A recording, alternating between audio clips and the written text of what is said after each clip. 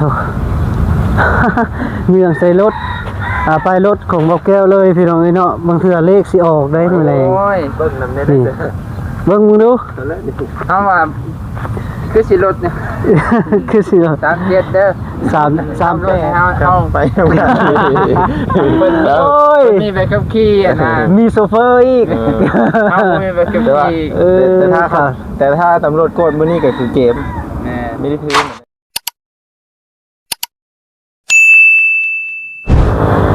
ครับสบายดีเด้อและสวัสดีเด้อพ่อแม่พี่น้องเนาะสวัสดีช่วงเที่ยงพี่น้องเนาะตอนนี้ก็เวลาก็12 โมงเนาะพี่น้องเนาะก็เปิดคลิปเปิดภาพขึ้นมาก็อยู่ที่บ้านน้องไฟฟ้าว่าซั่นเบาแก้วก็กำลังเดินขึ้นมาพี่น้องหาก็มาฮอดที่นี่แหละพี่น้องเนาะก็ทางเบานุ่งเบาบางเพิ่นก็มาอยู่เนาะพี่น้องเนาะก็ทางเบานุ่งส่งมาหาเบาแก้วว่าใช้มานิดน้ำแน่ว่าอยู่บ้านน้องไฟฟ้าว่าซั่นเนาะพี่น้องเนาะก็โอเคเนาะพี่น้องเนาะก็เบาแก้วก็สิไปหาเบานุ่งกับเบาบางเด้อพี่น้องเนาะก็มีหยังก็สิคุยกับเพิ่นเนาะจะเพิ่นมีเรียกอีหยังบ่เนาะพี่น้องเนาะโอเคพี่น้องไปเปิดกะเบานุ่งเบาบางเพิ่นก็นั่งอยู่เปพี่น้องเนาะถูก เงื่อนใส่รถไปรถของบอกแก้วเลยพี่น้องเนาะบางเทื่อเลขสิออกได้มื้อแลง โอ้ย เบิ่งนำแน่เด้อ เบิ่งมึงดู เอาว่าคือสิรถเนี่ย คือสิ ตามเย็ดเด้อ 38 อันนี้38เนาะ โดย 1438 1438พี่น้องเนาะเพราะว่าบอกแก้วเนี่ยขึ้นมาพอดีเป๊ะเลยโดยสบายดีคือกัน เอ้ยมาที่ดนละบ่ แต่มันจะเศร้าแล้ แล้ว วเลย มาที่เช้าพุ่น เลย มาที่เช้าหากระทรงไว้หาคอยนี่วังใดที่บ่ แม่ โอ้ยสงสัยเนี่ยเอางานก่อนเนาะ ก่อนสิส่งไปหาคอย มาเลยคือบ่เห็นบ่าวแก้วเนาะปกติเพิ่นมาแต่เช้าแสดงว่ามาก่อน โอ้ยมื้อนี้เป็นมื้อวันจันทร์โดย เอาการเนาะ แมนแล้วก็เลยมาสวยแน่นิดนึงขาทำอิฐกะว่าสิไปพุ่นแหละไปหาตากับหลานมันแหละเพิ่นมีข่าวดีแล้วก็เจ้าส่งมาเพิ่นก็เลยมาปีก่อนก็ตอนแรกพุ่นแหละก็สิได้ไปพุ่นว่าจังได๋สิมาโน่นบ่ มันนี่ว่าสิเข้าสวรรค์ก่อน โอ้ยมีข่าวดีบ่เขาจะ ไปเอาทะเบียนรถ ไปเอาทะเบียนรถก่อน รถคือกัน เอาอนุญาตเด้อ ไปเอาป้ายรถอันเนาะ ไปรถ แม่นเอาป้ายรถเฮาก็สิได้แล่นไปมาสะดวกสบายหั่นนะ ไปเบอร์2บ่ โดยไปเบิดสอง ใช่รถเจ้าโอ้ทะเบียนรถคันนั้น โดยแม่นแต่ขี่ ซื้อ มา มาที่ดนล่ะบ่ ตั้งแต่เดือน12วันที่10อันนี้ก็เดือนหยังเดือน3ครึ่งเลย เดือน3ครึ่ง โดยตกประมาณ2เดือน3เดือนแล้ว เลยทางมาบางก็ลงเนาะ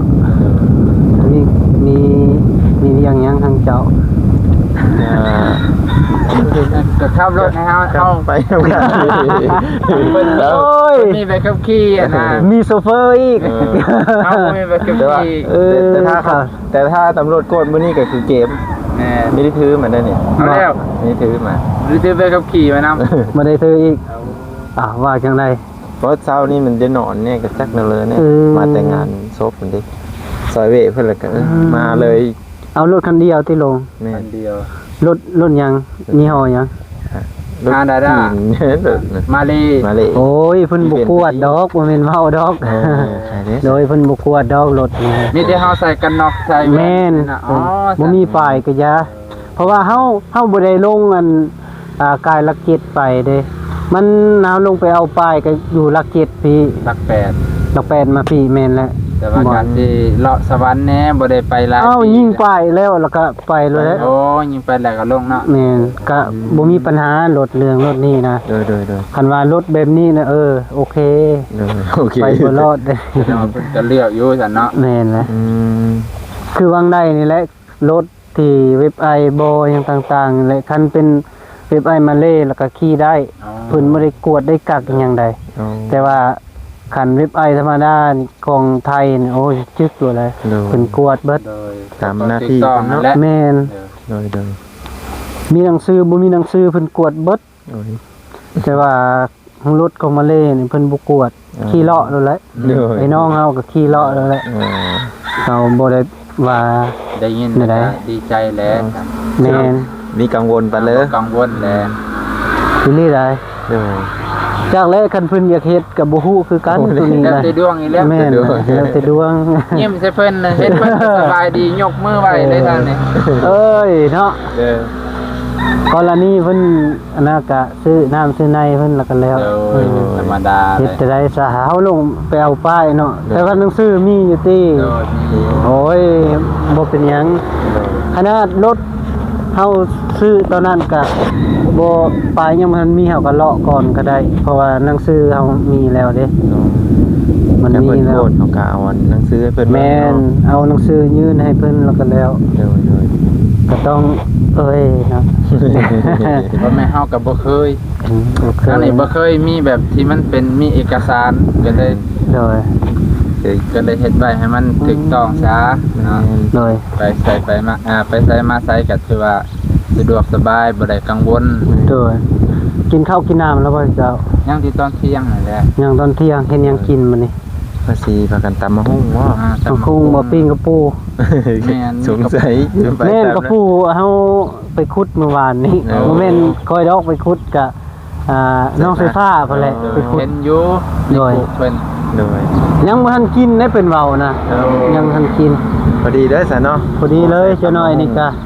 กินข้าวกินน้ำนำกันได้แก้วก็ได้ ปิดคลิปก็เอาคลิปใหม่ โดยโดยโดยตำมะฮุ่งนำกันก็ เออโดย เพิ่นได้มาแล้ว โอ้ยมื้อนี้มันค่อยได้ออกแล้วก็มันโอเคนะฮอดค่ำพุ่นแหละ โดยโดย หน่อยจักสิได้จักงานมื้อนี้ยังบ่ฮู้ฟัง ใจ เบิ่ อง ยู่ท้อเนาะอ่า ยังบ่ทันลงคลิปได้นี่ โอ้ มื้อ ต้อ นี้ งเอาที่จะเศร้าบุญถ้าเกิดได้98นี่ยังบ่ฮอด100ท่านแต่หมาบุญ อ๋อ บ่ของเพิ่นน่ะก็สิบ่เป็นตาห่วงดอกเอาลงแป๊บเดียวเนาะ แม่นนะ บ่ได้ดนใด ก็เอาดน มัน ก็ โอ้ยมันเลือกกับอันใดเครือข่ายใด อ๋อเกี่ยวกับสัญญาณ แม่นเรื่องตัดต่อมันไวอยู่แต่ว่ามันก็เรื่องสัญญาณนี่แหละมันก็เลือกคือกัน สัญญาณนี้ต้องโอเคเนาะ แม่นโอเค ประมาณก็ซาสุดก็20นาที โอ้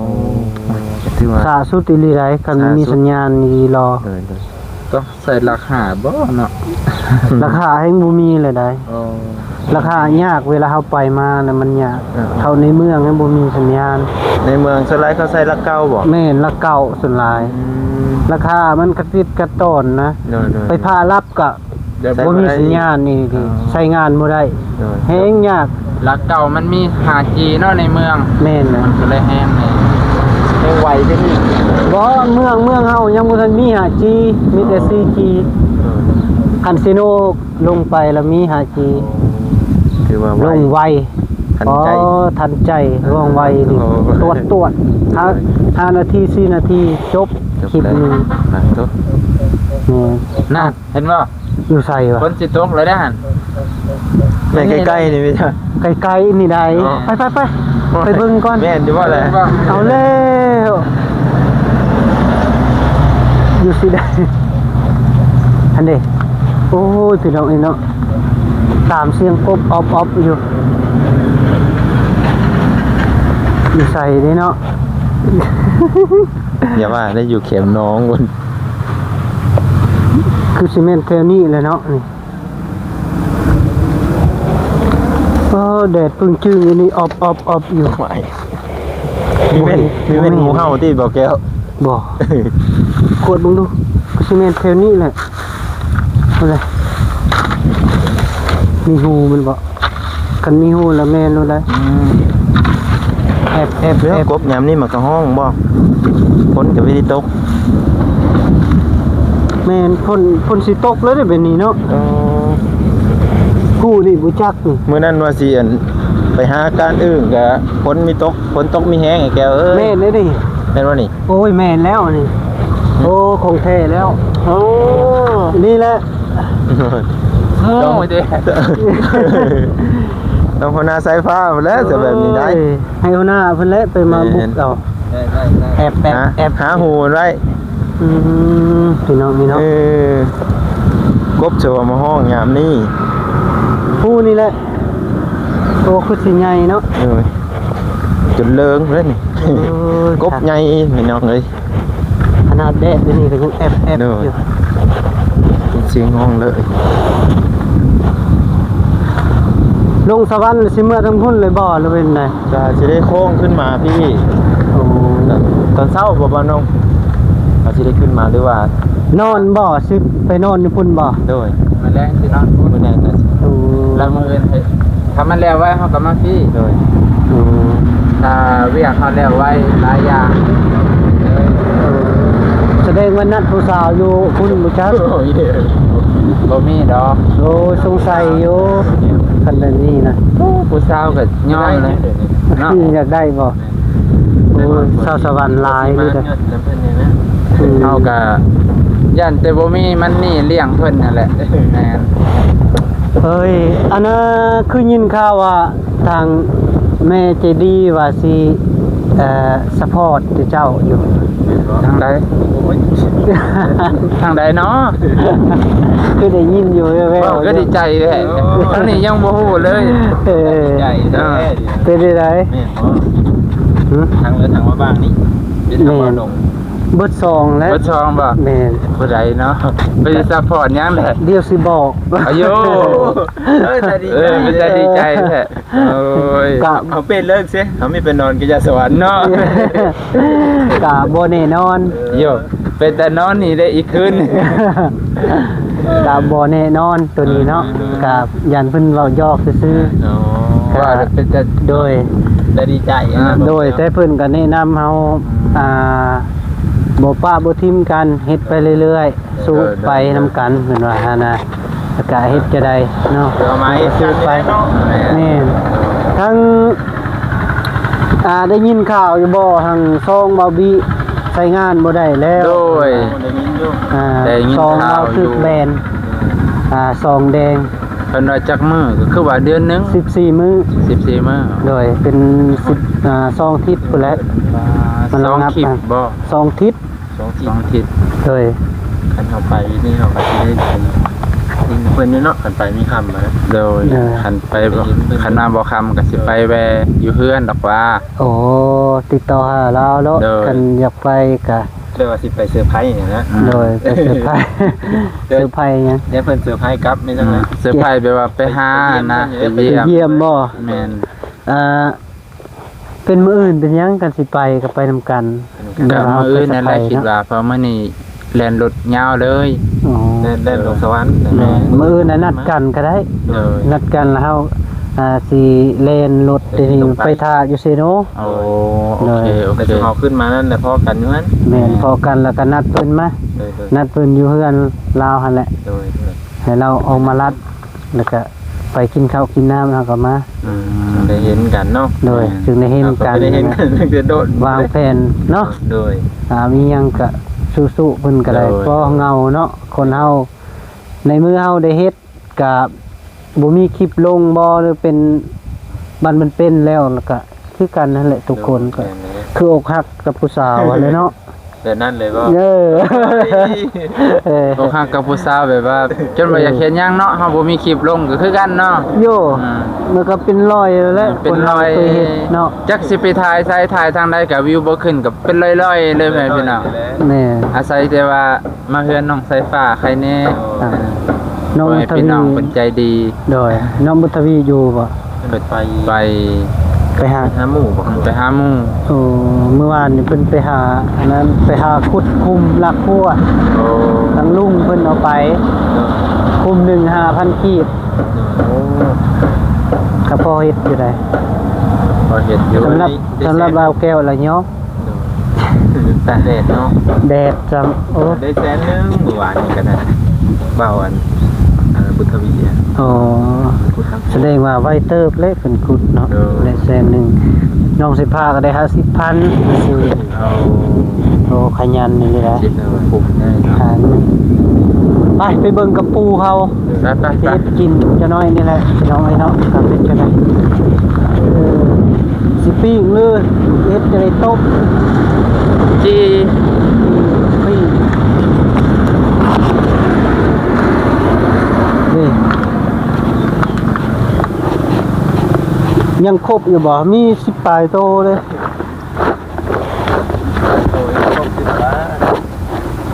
ยันน้องเพิ่นกินแล้ว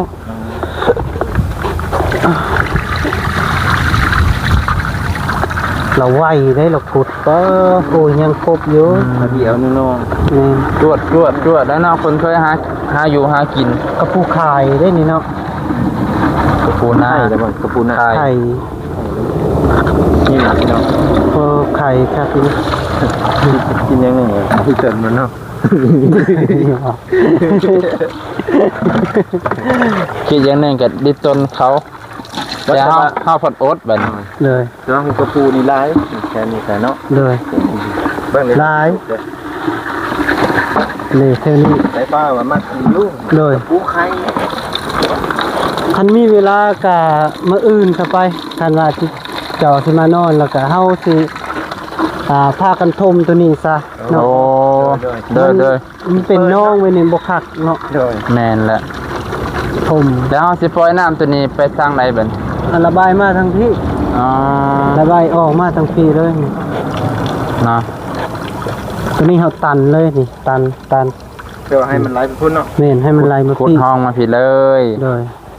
พูดหันไปตกอยู่พุ่นเนาะ แม่นเฮาทมนี่ มองนี่ก็สิได้ย่างไปมา ย่างก็ สะด ส วก บายมันสะดวก อันนี้มันตะลุบ สิเอาดินมาติดทางใด พูนเอาดินตัวเฮาทมมาก็ได้ เอา ตัวนั้น สิพ่อบ่ได้เนาะ แล้วก็คุดแถวนี้นำบ่ แม่เราก็ขุด แถวแถวนี้ได้หรอ ขุดแถวนี้เอาก็ได้แต่ทงนายได้จะน้อยเพิ่นก็ไถนาคือเก่า อ่าตกเป็นพี่น้อง โอ้ยส่งพี่น้องเอ้ย เอากระปูไปจี ไปทำอาหารก่อนเด้อ ทำอาหารดังไฟแล้วบ่ยังเนาะ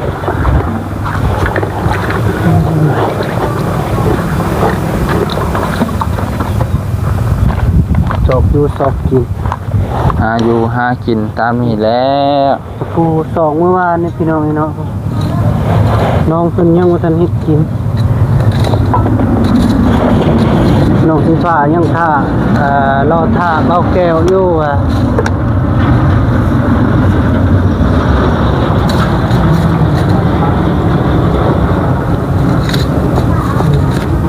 ทางเบานุ่งบริหารก่อนพี่น้องเนาะ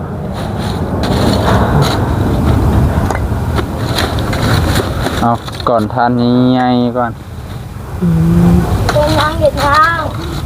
ลูกพี่มาแล้วบัด เป็นจะไรซื้อดินซื้อดอน โอ้ โอเคจุติ โดยโอเคอยู่ เออ แต่ว่ากะไปด้วยดี โดย แม่เพิ่นกะซัพพอร์ต เพิ่นก็ให้ตีค่าน้ำมันรถน้ำมัน โด ลาง ยให้อยู่ เท่าใด ค่าน้ำมันกะล้านหนึง ล้านหนึ่งเนาะ โดย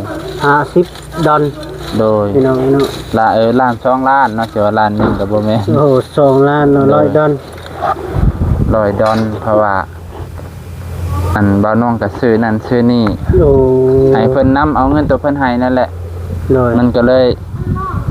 ถือว่าเพิ่นให้มากอะเฮาก็ใส่เพิ่นจะได้แหละเพิ่นให้มาเฮาก็ใส่ทางที่ถือประโยชน์นะ โดย เพราะ ดี เพิ่นก็คิดว่า โดย เฮาซอยเหลือเพิ่นก็เลยให้เฮาก็ไปซื้อนั่นซื้อนี่ไปแต่ละบ่อนซื้อขนมข้าวต้มหั่นนะ โดย เฮาก็บ่ได้เอาเงินตัวนั้นไปใส่บ่เป็นประโยชน์ว่าซั่นเถอะ จัดไป แนวว่าเพิ่นซอยเนาะ โดยเว้นแหละ สิไปใส่ตัวบ่มีประโยชน์ เรียกว่าละกระไผ่เป็น กาแฟ น่าจะอยู่ใน มีอยู่บ่ แต่ว่ากระไผ่มีบ่ ก็ไม่บอกไม่ได้อยู่แล้ว อยู่ไหน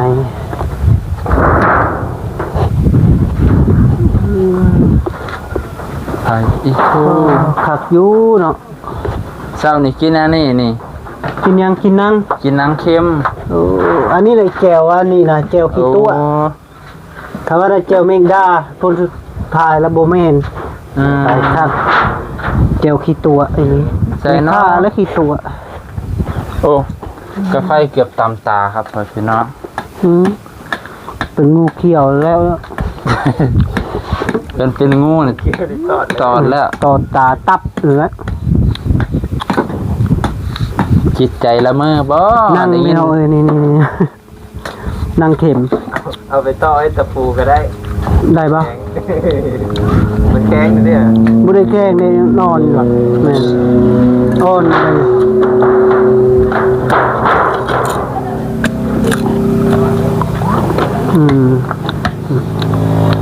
ครับดังไฟพี่น้อง เอา พี่น้ กำลั อง งคีบ ว่าสิอันน่ะปิ้งกับปูตำมะคุมเมนูเพิ่นน่ะ เมนูง่ายๆกินง่าย กินแบบง่ายๆดูง่ายๆสะดวก ๆ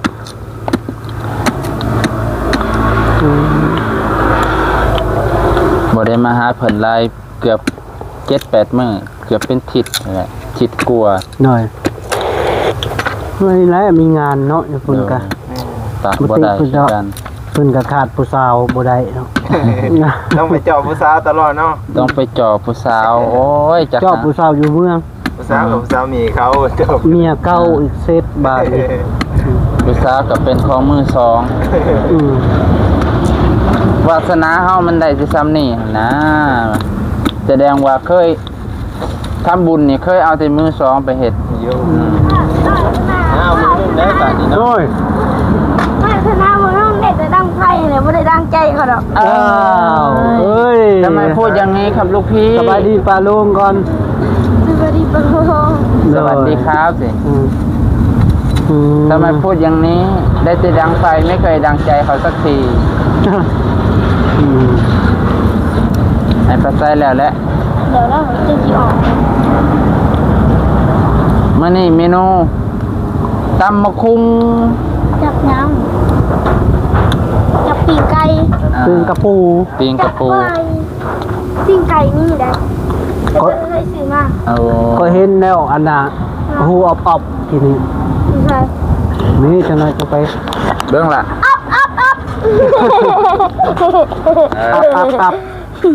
ับ ออกมาสิเอิญอับมันบ่ได้เลย กลางเวทมันยังห้องเนาะ นะกลางเว้นมันยังห้องอุก เห็นยังอ่ะ สิลาดเฮาบ่จักว่า มาพี่ ที่ทำอาหารอันนี้เลย มาตัดผักเบิ่งเถอะ เอาไปปลูกซะ ตัวนี้เอาไปปลูกเนาะเห็นว่าตัวเก่าน่ะเป็นเลยได้ฮะ เบิ่งแนมตัดมือ โอ้ตัดมือนี้เบิดเล เฮ้ ย ย เอาอันเดียวพอวะ เอาซองเลย เอาสอง เอาอันเดียวกับเพื่อที่เอาจะเอาไปปลูกได้ เอ้าก็จะตัดออกที่ต่อแล้วตัวนี้ ไผ ไผบอกสิเอาไปปลูกอะนะไอ้แกว่ายอกซื้อๆไผจะเอาไปปลูกว้าว ปลูกห่างมันนี่ป ป ลู ลู ก ก ได้ มัน เลย ก็บ่เป็น เป็นนะฮะยังติดอยู่ นี่เปล่าแม่นบ่มันสิ น่ะ ขนาดปลูกเป็นส่วนเป็นหุดเดี๋ยวนี้มันตายไวเลยนี่โอ้ยโหน่ะนี่ เฮ้ยมันเตะเฮ้ย ใช่ ขนาด มาเห็นอาสิลอกเปลือกอันงูสิงนี่ลอกเปลือกงูเขียว เอา งูเขียวไปสิพาไปเบิ่งนี่มาพี่ ไม่ใช่ พี่เห็นบ่ยินอยู่บ่แต่ละมือนะอยู่บ่พังไอ้แก้วมายินเลยแอกแอกแอก นี่นะวะมันจะเห็นมันติ โอ้แนวมันแหละของแท้ นี่แหละมัน น่ะเห็นบ่ โหเนี่ย อืม เราเห็นมันออกมาเสียงนี่บ่เดี๋ยวมันถ้าได้ยินเสียงนี้ อืม จะยังมั้งบ้าง แม่น บาคุดเหรอ เฮ้ยพาไปใส่รอรุ่นนี่ก็แม่น อันนี้โมเมนต์ห่วย อุ้ยแม่นติอันนี้เห็นแฟนคักเลย แล้วเนี่ยหูกับปู แม่น เสียใจเฮาแน่เหรอปะพี่ไก่ได้เหรอประคอว่าได้ในหูเนี่ยพี่ไก่อยู่เนี่ย จะมีปลาคอ น มีได้พี่กายต้มเกลืออยู่นึง คอยังบ่อยู่เลย มันอยู่มีปลาคอในหน้าเด้ปลาคอใหญ่มันอยู่ในหน้า ปลาขอใหญ่มาหอดแล้ว ไปเข้าใน ตะกี้ปลาเค็งนี่100พู โอ้ย เอาได้ กินอร่อยนี่ เอาได้เลย เอา เอา พ่อ ให้ แม่พี่น้อง เที่ยวนี่ เนาะ นะ กา มันหลาย เบาแก้วขึ้นมาหาเบานุ่งเบาบางแล้วก็น้องไฟฟ้าพี่น้องไอ้เนาะก็ได้เจอได้พบหน้าพบตาคือเก่าพี่น้องไอ้เนาะก็ มื้อนี้สิ คื ไปตัด เก่า ผม คือ ได้ เดิม มื้อนี้ เนาะฮะ นี่สิไปตัดผม ไปตัดผมใครพาไป ให้เบาน้อง เบานุ่ง โอ้ย เลยเอา ให้ ขออยู่ ได้ ดีมีแฮงเด้อพี่น้องเด้อขออยู่ดีมีแฮงสุขภาพแข็งแรงอย่าเจ็บอย่าจนอย่าขาดอย่าโซนโชคมานร่ำรวยตลอดปีตลอดไปอายุมันคนยืนโดยสาธุพี่น้องไอ้เนาะโดยบ๊ายบาย สบายดี บ๊ายบาย